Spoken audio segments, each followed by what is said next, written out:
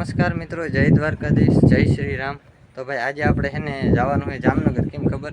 કારણ કે જો એક્ટિવા દેખાય, આ એક્ટિવા ભાઈ છે ને હાવ બગડી ગઈ છે, તો હાલે એમ નથી આપણી એક્ટિવા। તો આપણે છે ને નવી લેવા જવાની છે જામનગર, અને 2-3 શોરૂમનું વિઝિટ કરવાની છે, અને પછી આપણે વિઝિટ કરીને પછી જોઈ જાણીને પછી આપણે એકાદી સારી કંપનીની લેવું, બરાબર। તો અટાણે આપણે છે ને સવારના પોરમાં નીકળી જઈએ ને પછી તમને ખબર છે ને તડકો કેવો પડે, તો બપોર વચ્ચે રહે ને તડકો પછી બહુ એટલે અટાણાનો વહેલા નીકળી જાય। હજી તો કેટલા લગભગ 7:30 વાગ્યા છે સવારે। મિત્રો આપણે લાલપુર પૂગ્યા અહીં, બરાબર ને જા પેટ્રોલ પંપ છે આપણો। તો એ પેટ્રોલ પંપ છે ને થોડું પેટ્રોલ ગાડીમાં ભરાવાનું હતું ને મારે પાણી પીવાનું હતું। પાણી પી લીધું ને મારા ભાઈ જો પાણી પીએ।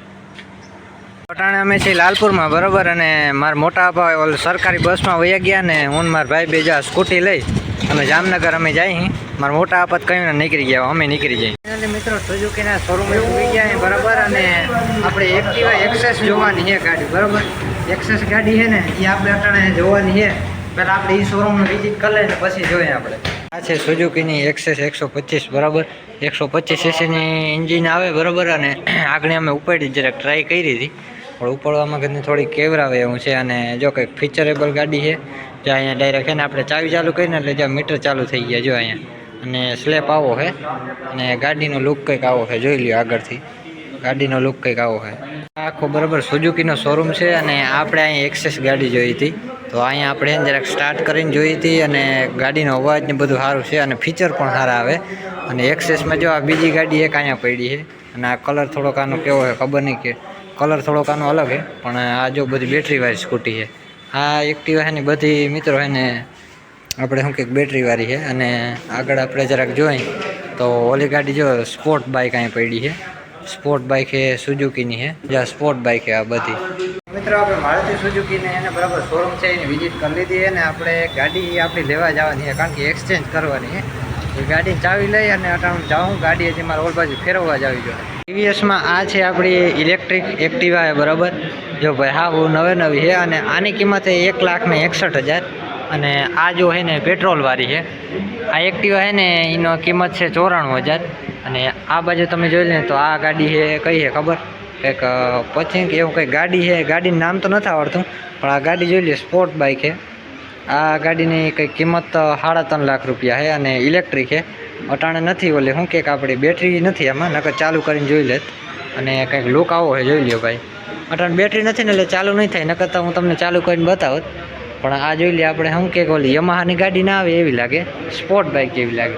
જો આ બાજુ છે ને કંઈક રોનિન, આ ટીવીએસની રોનિન પડી છે, અને આ બાજુ રાઇડર પડી ટીવીએસની, અને આ બાજુ જુપિટર પડી છે। જુપિટરના મિત્રો 2-3 મોડલ છે, 1-2 મોડલ ઓલ બાજુ પડ્યા છે, એટલે એ બાજુ અમે જોયા થોડાક મોડલ, બહુ ગમ્યા નહીં અમને એ મોડલ, કારણ કે અમુક ફીચરમાં થોડી કમી છે ને અમુક કિંમત વધારે છે ને એવું છે બધું।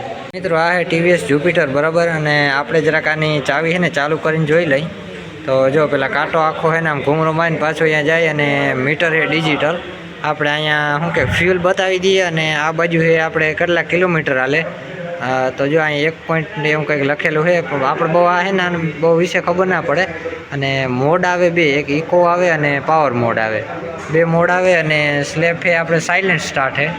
અને લુક તમને આગળથી જોઈ લઉં તો આ કલર કંઈક જાંબલી કલર જેવો લાગે, મને તો બહુ કંઈ કલરમાં ખબર ના પડે, તો કલર મને તો આ ગમ્યો થોડો। અટાણે આપણે બેઠા ટીવીએસના છે ને બેસ મોડલ ઉપર, બરાબર, તો જો આ છે ને ટોપ મોડલ હતું આ, અને આપણે અટાણે બેઠા અહીં બેસ મોડલ ઉપર, એટલે થોડુંક મીડિયમ મોડલ છે। અને આ મોડલમાં હું તમને ફીચર કહું તો જો હું તમને થોડાક ફીચર બતાવી દઉં। મિત્રો આ છે ટીવીએસનું ટોપ મોડલ, અને આ થોડુંક બેસ મોડલ છે। તો આપણે જાને જરાક ચાવી ચાલુ કરીને તો જો આમ મીટર ડિજિટલ નથી, પણ આમાં ઇકો અને પાવર મોડ આવે છે, અને સ્ટાર્ટ સાયલેન્ટ નથી, આ થોડોક અવાજ કરે સ્ટાર્ટ કરે ને સ્ટાર્ટ થાય ને જ્યારે, અને કંઈક આગળનો લુક આવો છે, બરાબર।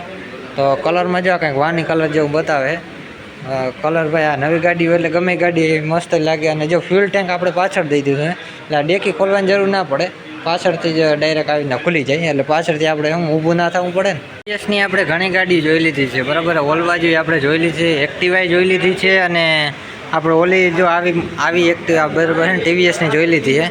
અને આ બાજુ જો આપણે કંઈક 3-4 ટીવીએસની પડી, આપણો ભાઈ અહીં જરાક ચેક કરે છે, અને 2-3 ભાઈને જરાક પૂછે કે કેવી આવે છે ને શું છે। ઇલેક્ટ્રિકનો વિચાર થોડોક ઓછો છે, કારણ કે ઇલેક્ટ્રિકમાં બગડવાની બેટરીને બહુ થોડોક ભય રહે, મિત્રો આપણે અહીંયા બરાબર જૂની ગાડી પડી છે અને જૂની ગાડી આપણે દઈ દેવાની છે અને એક્સચેન્જ કરી નાખીએ બરાબર. તો જો અહીંયા તડકાને આપણે મન ફાવે એમ રાખી દીધી છે. જો અહીંયા ગાડી આપણી પડી છે, જોઈ લો ભાઈ. ગાડીમાં બીજો કંઈ વાંધો નથી, પણ હે ને હવે પછી ટાઈમ જાજો થઈ ગયો, 10-12 વર્ષ થઈ ગયા હતા બરાબર. તો એ ગાડી છે ને કાઢી નાખવું એ પછી સારું, કારણ કે 10-12 વર્ષ થઈ ગયા ને તો પછી એમાં એન્જિનમાં કંઈ કાઢી લીધા જેવું હોય નહીં. પછી નવી ગાડી અને જૂની ગાડી પાસે બીજા નંબરમાં વાંધોય બહુ કરતી હતી, એટલે સ્લેબ કંઈક ચોટી જતો ને એવું બધું હતું. તો ભાઈ ફાઇનલી આપણે આજ ગાડી છે ને ચૂઝ કરી લીધી બરાબર. તો આપણે એને થોડીક એસેસરીઝ ફિટ કરાવવા દીધી છે. જો પછી બધું ફિટ થઈ જાય ને પછી હું તમને બતાવીશ. મેં તોય થોડીક મેં તમને બતાવી તો હોય છે, પણ પછી હું હાલો થોડીક પછી તમને બતાવી, કારણ કે હજી એસેસરીઝ ફિટ કરાવવા ગયો અને થોડીક સર્વિસમાં ગઈ છે તો થોડીક વાર લાગશે. ફાઇનલી ગાડી આપણે એને ચૂઝ કરી લીધી છે બરાબર. કયો કલર છે અને આપણે છે TVSની જુપિટર છે બરાબર.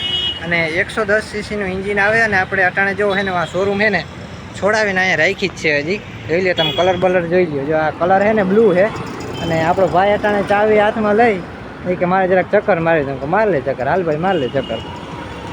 હરખી આગજો, આપણે ઓલો સ્ટન્ટ કરાવ્યો એવો ના કરાવતા સ્ટન્ટ. ગાડી સ્ટાર્ટ થઈ ગઈ છે. આપણો ભાઈ કહે કે આખું હે તો મારી આવ ચક્કર. બહુ આગો ના જાય તો અહીંયા જાજે જા, મારી આવ ચક્કર.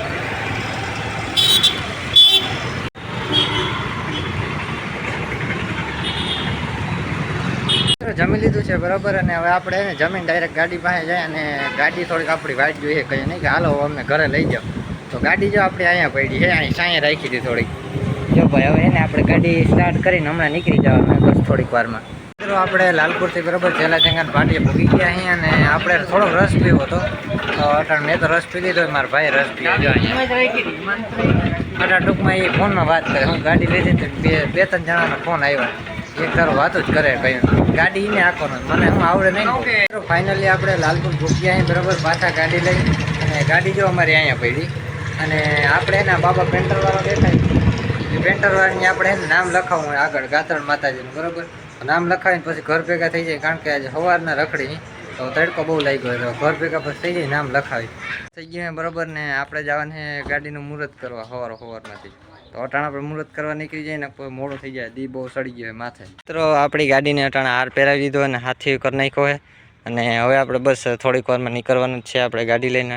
અને ગામમાં મુહૂર્ત કરાવતા આવી અને પછી આપણે છે ને ગાડી અહીં રાખી દઉં. આજ નથી હાંકવી, કારણ કે નવી નવી છે ને એટલે આજ ના હાંકાય. બહુ આપણે હું હાંકી નહીં નવી ગાડી હોય એટલે. તો મિત્રો મુહૂર્ત થઈ ગયું છે બરાબર છે. અને આપણે હવે જઈએ ડાયરેક્ટ ઘરે.